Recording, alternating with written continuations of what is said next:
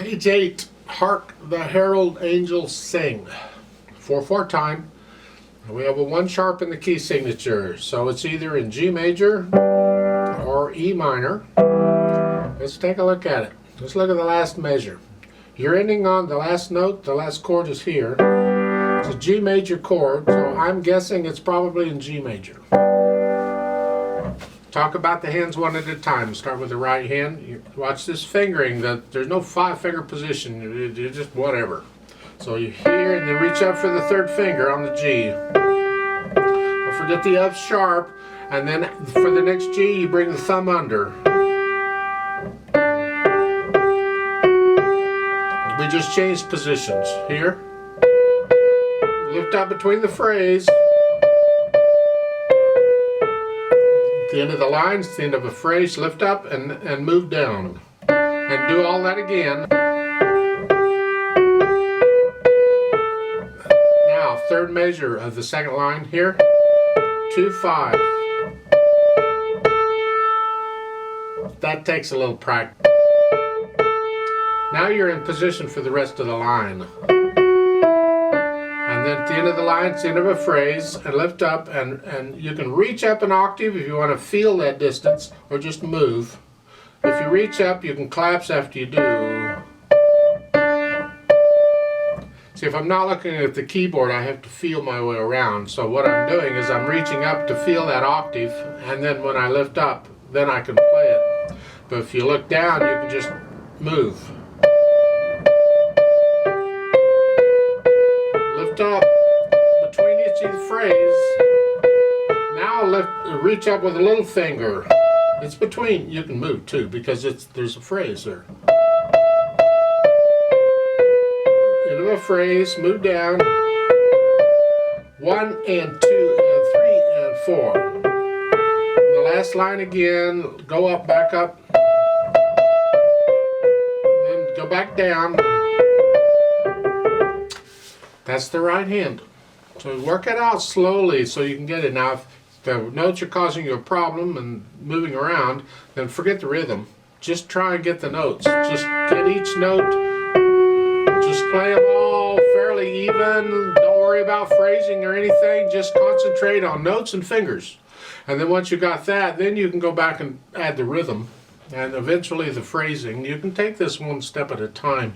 I combine these things together in the video to keep the video a little shorter, but when you're actually doing it, you can do this one thing at a time.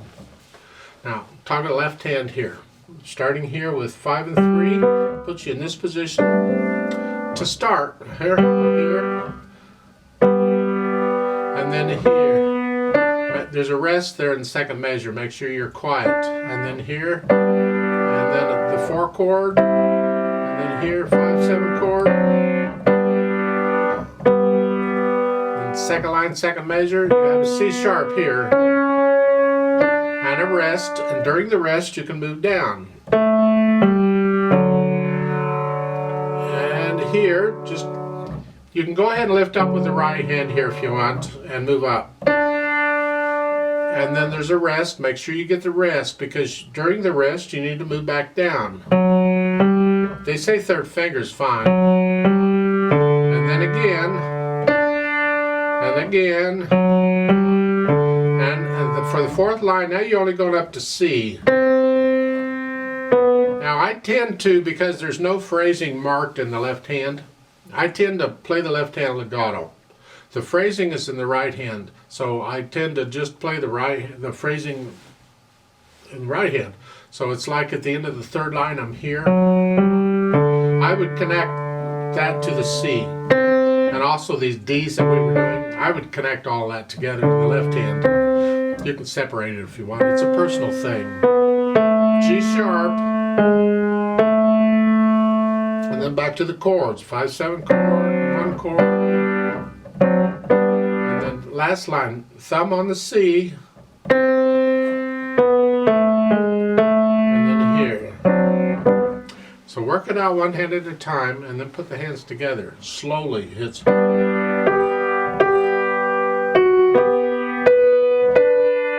right there. That A is by itself. And lift up before you go on.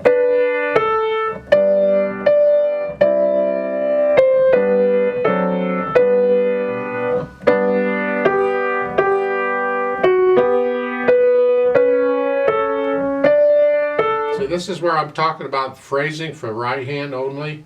In the second line, going from the second measure to the third measure. The right hand lifts up for the phrase, but I play the left hand legato. So it's here.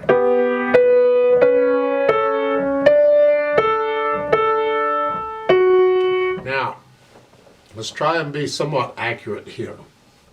Second line, third measure. Here, you have a dotted half note in the left hand. That's 3 counts. It comes up on beat 4. Well, beat 4 happens in the middle of that A. In other words, you're not playing a note at the same time beat 4 happens. I mean, so it's 1, 2, 3, and 4. See, on 4, this comes up, but you're holding that down. 1, 2, 3, and 4. So just for 4 and. So try and be accurate on when you lift this up. Because people will hold it down until they play the 8th note. And that's incorrect, actually. That's not what's written. I mean, it might be an interpretive thing, but we don't interpret right now. We're just trying to play it as it's written. We can interpret it later. But right now, it's 3 and 4. Lift up on 4. And then here, you can lift both hands here because it's just part of the song. There's a nice break right here. So both hands could, you don't have to keep the left hand legato. Here, you can lift both hands up. It's just interpreting the song.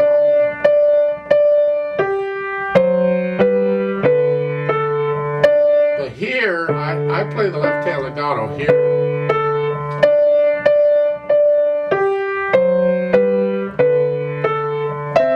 And again, at the end of the third line, I only lift up the right hand, not the left.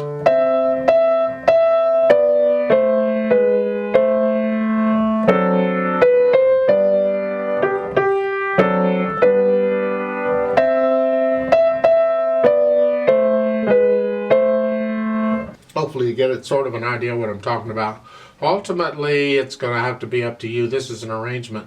And once you learn it the way it's written, you can rearrange it. You can change things if you want.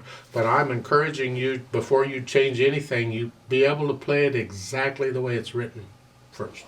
And then if you want to change it, go for it. Now this is a spirited piece. This is a happy piece.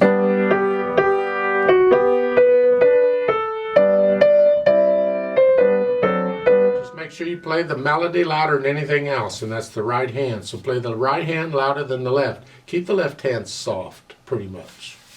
They don't give you much in dynamics in these pieces, but it's really kind of up to you on the dynamics. After you get to know the piece, and you get to feeling the piece, you'll feel the dynamic that you want to put in. That's what it's after. Now I'd like to play it slowly and have you play it with me. We double check the notes and the rhythms, and that's all.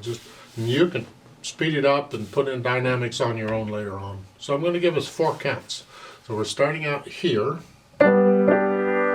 sort of. 1, 2, ready, go. 2, 3, and 4.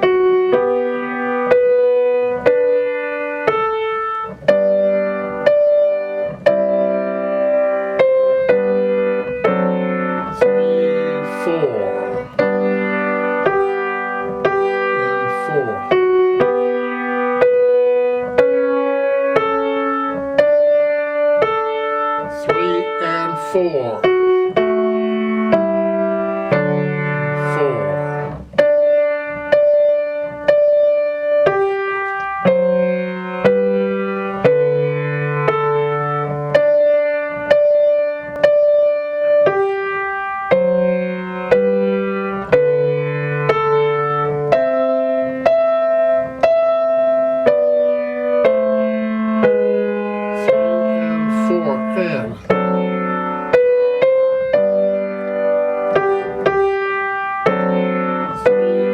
4. And